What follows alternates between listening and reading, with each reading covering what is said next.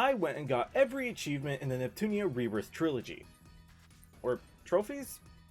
I think the Steam versions are kind of confused. These achievements aren't necessarily hard to get, more so it's just a time commitment. Regardless, I'll talk about the methods I use to get every achievement, so on and so forth. Let's just get right into it. Hyperdimension Neptunia Rebirth 1. I tried this achievement grind way back in 2017. Now that might not mean anything to you, but that meant I was grinding these achievements without the aid of the 2019 DLCs. But I'm getting too ahead of myself. Let's get a rundown of all the achievements. There are a total of 45 achievements. If we ignore all the achievements that we would get just by playing through the game normally, we have about 24 achievements that we have to go out of our way to get. Getting the easy ones out of the way first, I always made sure to get the Combo Master achievement really early on. As the higher level we get, the harder it would be to get this achievement. The easiest way I got this achievement was finding a character that had the highest hit count in a combo string, find a group of 5 enemies, and let it rip. It's pretty easy, and honestly you might get this one by accident anyway. Maximum firepower is almost guaranteed since the leveling gets kind of ridiculous as you play. Eventually you'll just get this achievement for being generally overpowered. Battle Master is almost guaranteed, at least I got it on the first run, but I made sure to smack every enemy I walked by in a dungeon, so that just might have been me. But before closing off the first run, I had to make sure we get the first optional CPU candidate, Nepgear, getting another achievement and ending the run with the normal ending. The reason why I decided to pick up Nepgear now was because I set myself up to get all the right items and plans to get her as soon as I could. Getting these CPU candidates requires talking to specific people to get certain plans, to get certain materials, to make certain items, and then you gotta make sure Planetoon's shares are right, and then you gotta make sure to have enough space to make the plan. It's a whole thing. And I gotta repeat this 2 other times for other candidates, so that's gonna be fun. Now, a sane person would make sure to save before the final fight, reload the save, and do the requirements for the true ending so they wouldn't have to go through another entire playthrough. I am not this person. On this second playthrough, I was actually able to get everyone up to level 99, recruiting the rest of the CPU candidates, getting them up to level 99, and finishing the run on the true ending. The level 99 achievements make up the bulk of this game's achievements, so that just leaves us with 2 more achievements to go.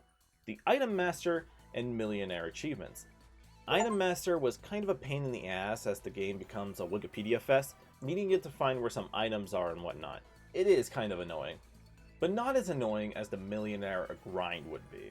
Prior to the 2019 DLC drops, there was really only 2 methods of grinding credits. Doing multiple fights in the Coliseum, or fighting that fucking thing. Guess what method I chose? The worst one. I'm fucking stupid. Fighting this weird alien thing over and over again was a slow grind. And I hate myself because when I was grinding this, I didn't even consider the Coliseum as an option. So I just kept doing this. And as a reminder, I started doing this in 2017. But if I show you my achievement date, that says 2019. Yeah, that is a 2-year gap. I did decide to just shelve it for the time being. But the reason why I came back was because the DLC dropped. 2019 introduced a ton of DLC for the Rebirth Trilogy, a lot of which is quality of life changes, some new content, but most importantly for the context of achievements, we got the Pain Terrain DLC, which added 2 dungeons that helped grind money. And that's how I got the Millionaire achievement. Thank you, Rebirth 1, you caused me to get over 100 hours out of you, all because of money. Thanks. Moving on to Rebirth 2, I kind of wore myself out on the Rebirth games after that grind, so I didn't pick this back up until 2022. Yeah, that is a long time to wait, I know. At this point I had forgotten the order of events in these games, so it was like I was playing these games for the first time again. Again, let's just ignore the guarantee achievements. I'm not going to repeat my method for maximum firepower or combo achievements, because they're the exact same method across all 3 games.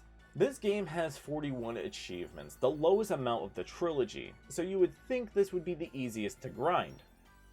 You're fucking funny. Because this game has the most alternate endings of the trilogy. So I ended this grind with over 11 cycles of New Game Plus. The first one being the normal ending, which is kind of self-explanatory. I just didn't do anything to trigger the other endings and the game ends early. However, I would like to make a point here. If you are planning to get all the achievements in Rebirth 2, make sure to do the true ending as soon as possible. Because there's an item you're going to need in a dungeon that only opens up during the true ending route. And if you don't get it, You'll have to do it again just to unlock a certain character for an achievement. I'll get to that later because my next playthrough was for the Planetoon ending, which I made sure to recruit Eastward during that. Unlocking the Oracles is kinda similar to unlocking the CPU candidates in Rebirth 1. The next playthrough I aim for the Last Station ending, where I also get the Battle Master achievement. However, I am unable to recruit Kay into the party because of the aforementioned dungeon in the true ending. Yep, don't know why they locked an item behind the true ending route for something that you would probably have done during a different route, but I digress. I'm unable to do that right now, so on to the next playthrough, where I go for the Louis ending and make sure to recruit Mina. The next playthrough is for the Lean Box ending, where I made sure to recruit Chica, and with that we're done with the Nation endings. For this next playthrough, I made sure to do an effort to get the true ending this time. Finally recruiting Kay, getting every character to level 99, and finishing the run. Moving on to the next playthrough where I make sure to do the human ending, and that's pretty much all I am able to accomplish during that playthrough. And now it's finally time to conquer the Conquest ending. During this run I am able to get the Game Planner achievement, which was also kind of annoying. I finish the run, get depressed, and we move on to the next playthrough where we go for the final ending, the Holy Sword ending. This run I made sure to go into the Colosseum and fight Delphinus, a secret boss that requires everyone to be at the level cap to even get close to finishing. Luckily at this point my characters were well above the level cap thanks to DLC, so it was a breeze to get through. And with that I finished the run and every ending is achieved. All that's left is to start another New Game Plus and begin the cleanup with only 2 more achievements to get. 100 million credits, and Dungeon Master. The credits achievement this time around wasn't a bad grind. I actually made use of the Colosseum this time, and was able to get it in a reasonable amount of time. It also helped that I had over 10 cycles of playthroughs, making the 100 million not too far off. It was actually the Dungeon Master achievement that was a pain in the ass to get. This achievement requires you to have cleared every level in Stella's dungeon. Stella's dungeon is an AFK mechanic where you send Stella off to do her own little adventure while you're doing jack all. Her succeeding in these levels depends on the equipment you give her, which sometimes you'll have to wait for her to fail a couple of times just so she'll come back with better gear. That's not what makes this achievement a bitch and a half though. It's the fact that the levels she's able to explore are tied to what dungeons you are able to explore. Meaning that this is really the only Rebirth game where you are required to unlock every optional dungeon just for this achievement. And this is where the game becomes a tour guide of the fucking fan wiki. Needing to find where every plan is for every optional dungeon, just so Stella can go in there and fuck it up. Making you have to wait for hours just to see if she succeeded. And to top it all off, she has an exclusive level after she's done grinding everything else. And this one requires her to explore for half a fucking day. At this point, I just changed the time on my computer to speed things up because I was not going to wait a fucking month for this achievement. And I kid you not, even though I had her equipped with the best stuff she was giving me, she kept failing, over and over again, until I finally got lucky and she finished the level, getting me the achievement. This game fucking sucked to grind. Good thing Rebirth 3 is a good palate cleanser. This game is honestly the easiest one to get all the achievements in, especially if you have the Lily Dungeon DLC. This time around, 42 achievements. Only a good handful of them are missable. Surprisingly, even before I finished the first run, I was able to get the Battle Master achievement and getting one of the characters to level 99. I also made sure to get the Superstar Game Dev achievement out of the way, which requires you to make a godly game in the disc dev mechanic. It's just burning certain items together to produce it, so again, just pull up the Wikipedia article. And with that, I'm able to finish the game with the good ending. Started the next New Game Plus, and I was able to get the Game Designer achievement and finish it with the true ending. What's unique about this game is that it actually lets you keep playing after finishing the game. But in terms of the true ending route, there's actually a couple things we want to do for more achievements. And so at this point I realized I should have saved this one for the last playthrough, meaning I made myself go through the route again even though I didn't have to. Regardless, I'm able to get every character to level 99, and we're able to finish Stella's dungeon. Thank God this one was not a pain in the ass this time. One of the post-game story bits has an achievement behind us, and we make sure to do that. I also make sure to get the Questmaster achievement, clearing 100 quests. And since this is the only route in the game where we can have all our party members present, I make sure to get all the Lily rank achievements now. This would normally be seen as the grindiest part of the game, because it requires you to get all the Lily ranks of all the base game characters up to level 8.